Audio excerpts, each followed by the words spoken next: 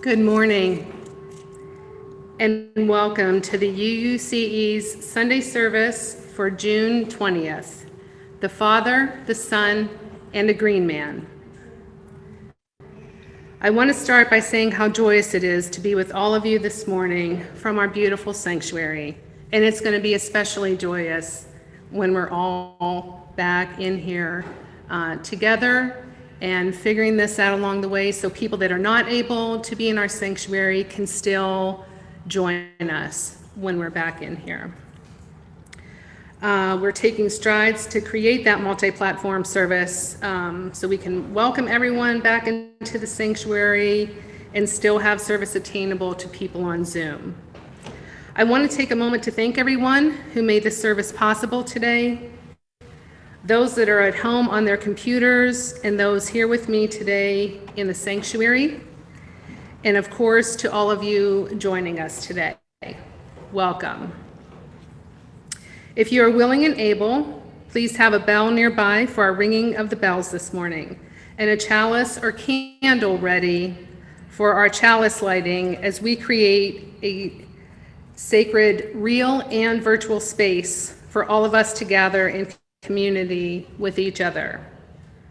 Also keep in mind that this service is being recorded and will be posted to our YouTube channel. So if you do not want to be seen, you can simply turn off your video. So now if you would like to grab a bell or other joyful noisemaker that you have nearby, please unmute yourselves, and with the sound of bells, we welcome stranger and friend to a time of mindfulness.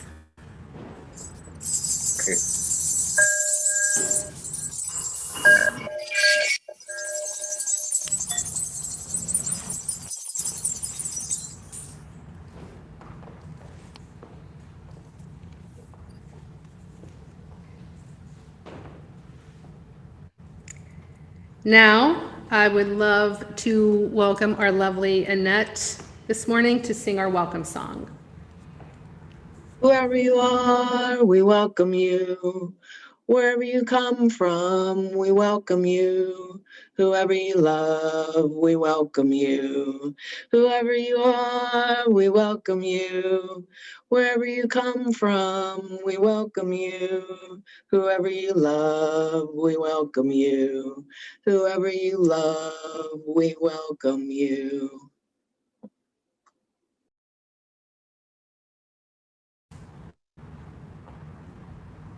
Thank you, Annette. For our opening words, I will share one of my favorite pieces of poetry by Ganga White. What if? What if our religion was each other? If our practice was our life? If prayer was our words? What if the temple was the earth? If forest were our church? If holy water, the rivers, lakes, and oceans? What if meditation was our relationships? If the teacher was life? If wisdom was self-knowledge? If love was the center of our being?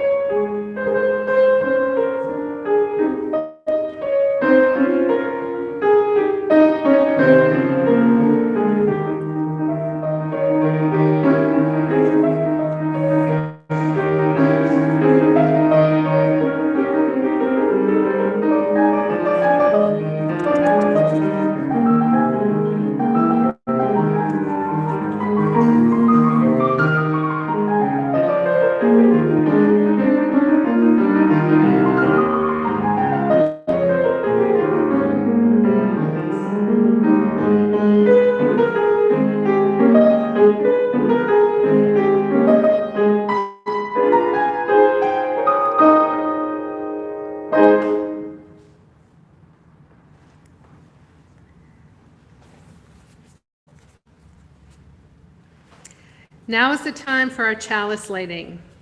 If you have a chalice or a candle at home that you would like to light along with these words.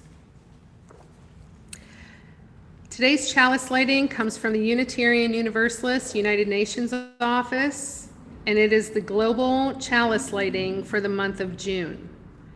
These words are offered by Justine Magara, leader in the Unitarian Universalist Church of Kenya. And this is an excerpt from the English translation. We light this chalice to welcome the Spirit of life into our lives today and forevermore. May this light rekindle the faith, trust, hope, and love, which is the true image of the Spirit of life. And we are made in this Spirit's image. May this light remind us to give thanks to the one and only source of our lives. We light this chalice in a special way to ask for a divine healing for the earth. May this flame be a symbol of our prayers, burning continually to the heavens as a sweet-smelling aroma. As this flame continues burning and the wax melts away, let also our pain melt away. May this be our humble prayer. Amen.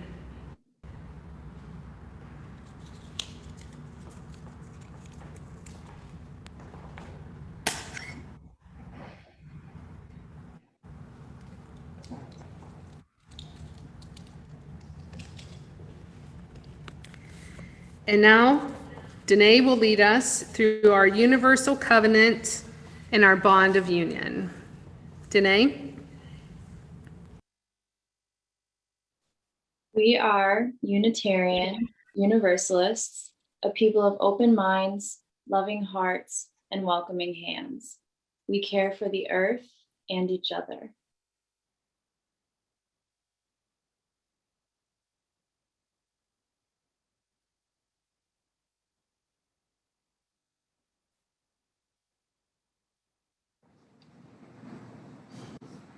We unite ourselves together for the study and practice of morality and religion, as interpreted by the growing thought and noblest lives of humanity, believing that we may thereby prove helpful one to another and promote the cause of truth, righteousness, and love in the world.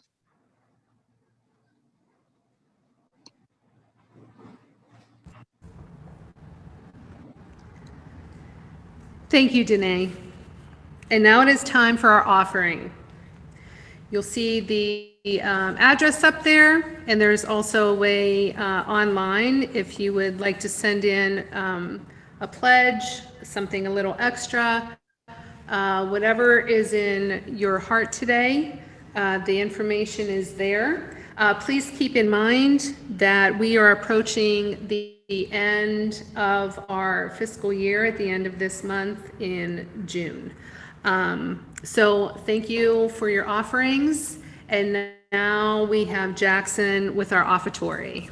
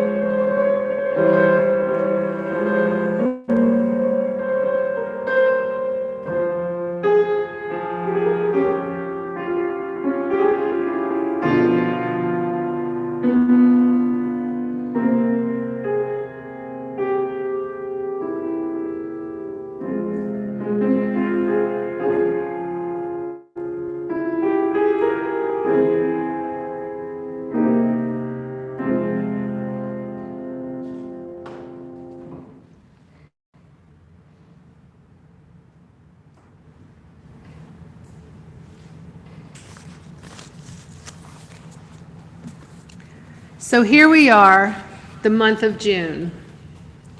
The theme for the month is acceptance. What a fitting theme. June, of course, being Pride Month. How far we have come over the years to get to a place where people are beginning to feel accepted for who they are and are feeling emboldened to live their lives out loud. Then there is Juneteenth. Commemorated on June 19th since 1865, President Biden, on Thursday, June 17th, signed into law that Juneteenth become a federal holiday. Today, along with being Father's Day and the summer solstice, it is World Refugee Day, an international day of recognition of refugees around the world, a day designated by the United Nations in hopes that the world community will recognize the plight of refugees and find compassion and understanding and make some room for acceptance and hope. So much to celebrate, so much work yet to be done. At this moment, let's celebrate. I would like to start by wishing all the fathers with us today a very happy Father's Day. And to remind everyone that this evening at 7:30, there will be a solstice celebration here at the church outdoors. Bring a chair or a blanket, a personal beverage, an instrument, or some poetry if you would like to share. It's just going to be a very simple gathering. It starts at 7:30. There's really no time frame as to how long we're going to be here or how late. So just come and gather with us. And for those of you that cannot be at this in-person celebration this evening, please know that we will hold a special place in our hearts for you. And I ask that you hold a special place in your hearts for us. And no matter where you are in the world, celebrate this day and every day, if only by acknowledging that it is definitely a gift. Our service today is the Father, the Son, and a Green Man. Garrett Lindahl is with us today, and he is going to share some thoughts on Father's Day. Garrett? Thank you, Michelle, and good morning, everyone. When Michelle first asked if I could speak about fatherhood, my initial thought was to decline her offer. Father's Day can be a joyful and happy day for remembering the times when dads, grandfathers, uncles, or other role models were there for us. But for others, the day may bring up feelings of grief for fathers who were lost or who couldn't be there, or who chose not to be there. For me, Father's Day is a day of mixed emotions. Being a father to my 4 kids has been one of the greatest blessings of my life. I love the incredible relationship that I have with each of them and their spouses. Yet, the relationship I had with my own father was complicated and fraught with uncertainty. Over time, these uncertainties led to a doubt and then eventually to a crisis of faith in my own life.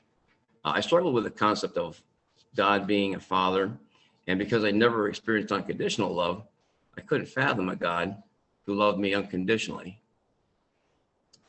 My father and I hadn't spoken in a year when he died last summer.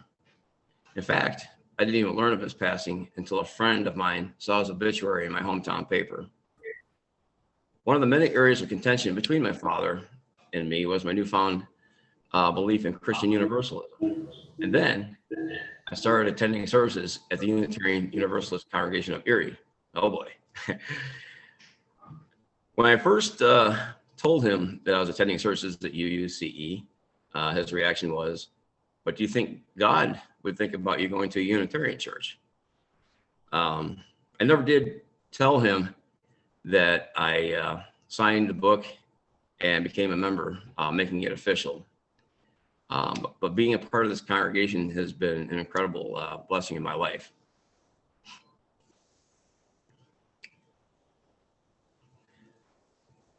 Well, it is a bit ironic to me that it was actually my belief in universalism that helped me grieve my father's death in a way that he wouldn't believe, actually. It's helped me during his time, and it's been really good. I've come to believe in my own way that my father loved me, and I believe with all my heart that he and I will one day be reconciled. I'd like to close my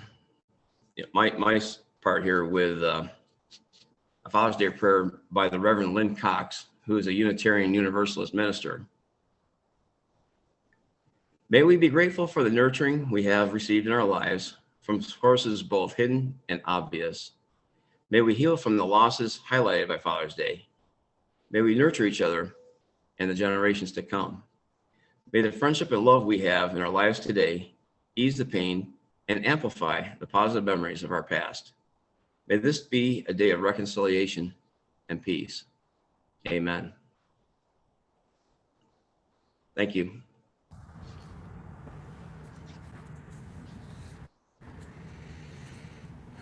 Thank you, Garrett. Thank you for sharing that with us. Next, we have Danae Foltz, who's going to speak about the sun. Danae? Hi, thank you. So the ancient Egyptians used to worship the sun, Aten, they called it. And Aten was celebrated for its ability to create life, as well as its ability to illuminate the land and bring light to an otherwise dark world. Depictions of Aten are usually accompanied by the Ankh, which is the Egyptian symbol for life. And now there are several interpretations as to what exactly the Ankh symbol is derived from, but my personal favorite interpretation is the claim that it's made from the combination of two symbols, one of man and one of woman. The combination of Aten and the Ankh is the perfect depiction of the connection of life and energy, both on Earth in the human form and beyond Earth in forms we may not understand. In many religions throughout the world, deities are celebrated for their gender neutrality. Although some may appear to be more male or female presenting, many have a genderless ambiguity that is revered. It's the very thing that makes them holy. Although I personally do not view the sun as a deity, I do believe that it has a sort of natural divinity. To me, the sun is the perfect combination of the masculine and the feminine, if you're able to view gender in kind of more of an abstract way. And it's not restricted by the limitations that come with having a physical human body. Its power is palpable. We can feel it on our skin. We can watch it nurture and sustain life. It can heal us. It can hurt us. It can help us feel connected to the divine. All too often, people try to separate the masculine and the feminine and put labels on identities. And this can be useful at times, but it can also be incredibly restricting. Each one of us has a combination of both the masculine and the feminine. And like the sun, that's where our power comes from. As someone who views their own gender as ambiguous, it's important for me to recognize the deep and meaningful connection between the two.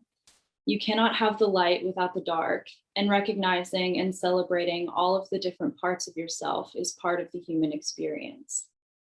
When I think of the sun, it serves as a reminder that my energy, my power can be limitless and unyielding, that all parts of me are strong, and that I can shine unapologetically. Thank you.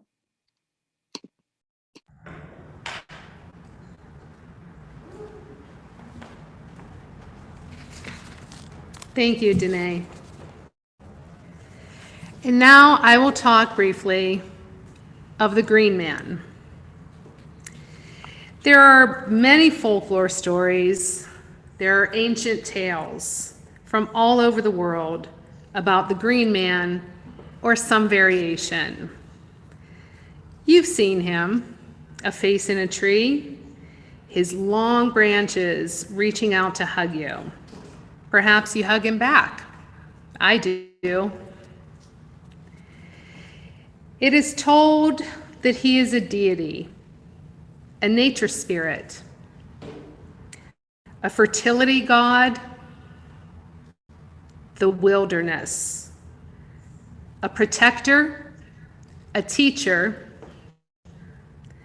a giver of shelter. He is a provider, someone you can talk to who understands you when no one else does.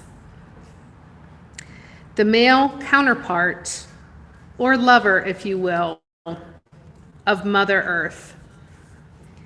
Together, they not only give life, they give us what we need to live. Perhaps we should reciprocate, because the Green Man and Mother Nature are all of us, and every living being, the masculine and the feminine. Everything is divine. And now I would like to share with you one of my favorite poems by Mary Oliver, Black Oaks. Okay, not one can write a symphony or a dictionary or even a letter to an old friend full of remembrance and comfort. Not one can manage a single sound, though the blue jays carp and whistle all day in the branches, without the push of the wind. But to tell the truth, after a while, I'm pale with longing for their thick bodies ruckled with lichen. And you can't keep me from the woods, from the tonnage of their shoulders and their shining green hair. Today is a day like any other. 24 hours, a little sunshine, a little rain. Listen, says Ambition, nervously shifting her weight from one boot to another. Why don't you get going? For there I am in the mossy shadows under the trees. And to tell the truth, I don't want to let go of the risks of idleness. I don't want to sell my life for money. I don't even want to come in out of the rain.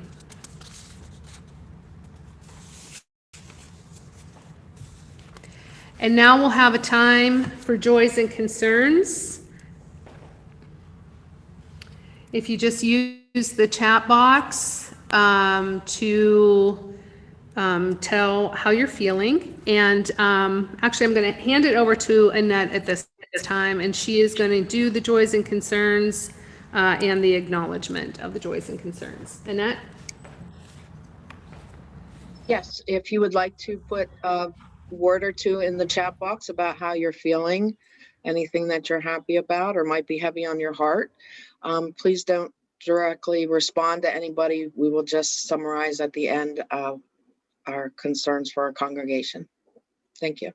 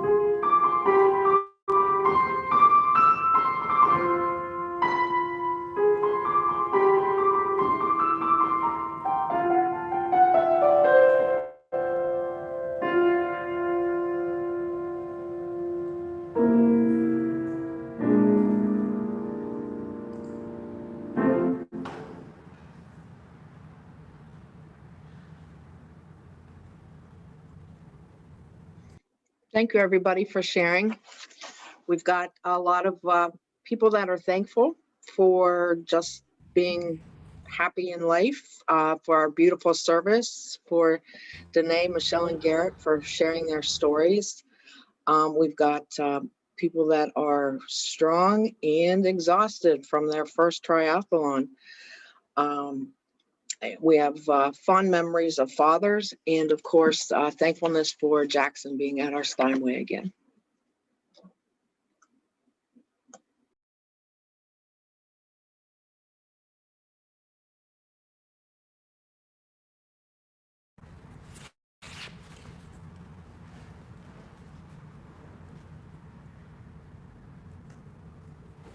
With all of that in mind, we're going to have a moment of meditation.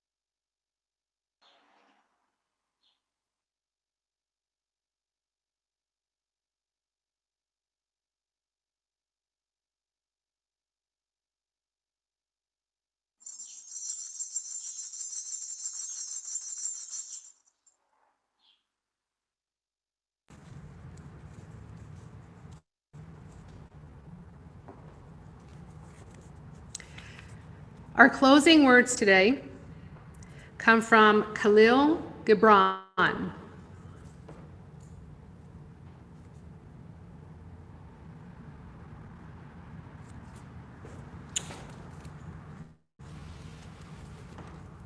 You can bring those up on the screen.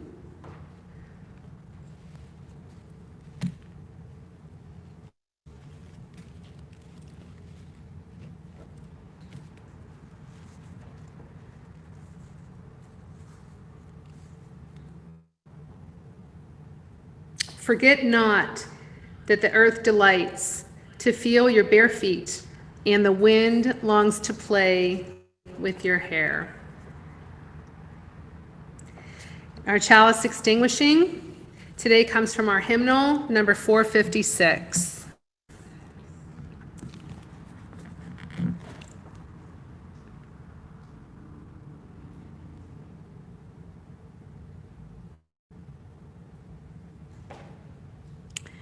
We extinguish this flame, but not the light of truth, the warmth of community, or the fire of commitment. These we carry in our hearts until we are together again.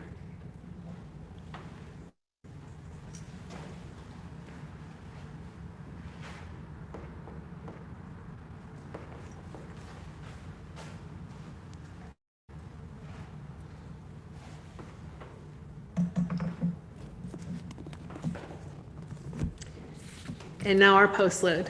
Jackson?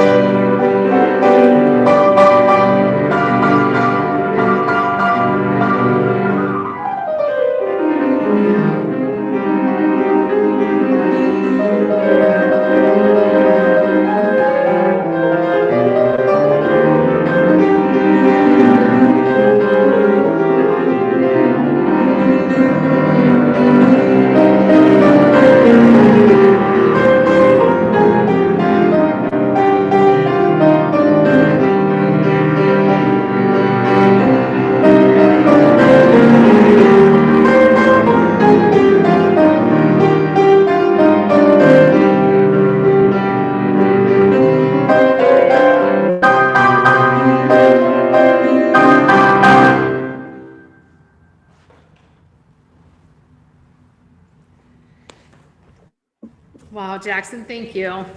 Thank you.